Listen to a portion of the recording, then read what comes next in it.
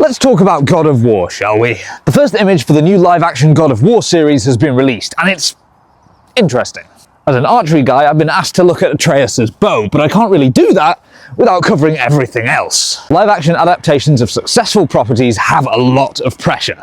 They're usually being made in the first place because a studio wants them to make a lot of profit, but they also have a pre-established fan base with a lot of expectations. And one of the traps they often fall into is trying to faithfully recreate an aspect of the original while forgetting what the adaptation is. Because this clothing and equipment is pretty closely matched to the characters in the game, and yet somehow the vibe feels off. And part of that is because it's easy to forget how intense and how specific the design work that goes into a good game actually is.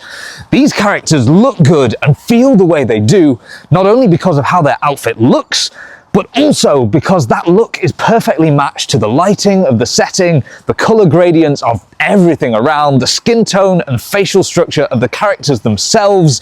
But when you adapt it, you change those factors. You put them into real-world light, you're giving them real-world materials, and you're using actors who weren't specifically designed in tandem with those costumes. And sometimes the slightly campy vibe that this produces can be very fun.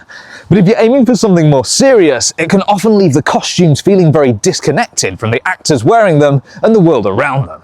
Which is why really good adaptations often adjust the design of characters to fit the medium. Whether that's Into the Spider-Verse using animation to do things you could not do in live action, or something like Lord of the Rings creating costumes from the ground up to feel as though they're lived in and worn within the world. Now, does this mean the whole series is going to look bad?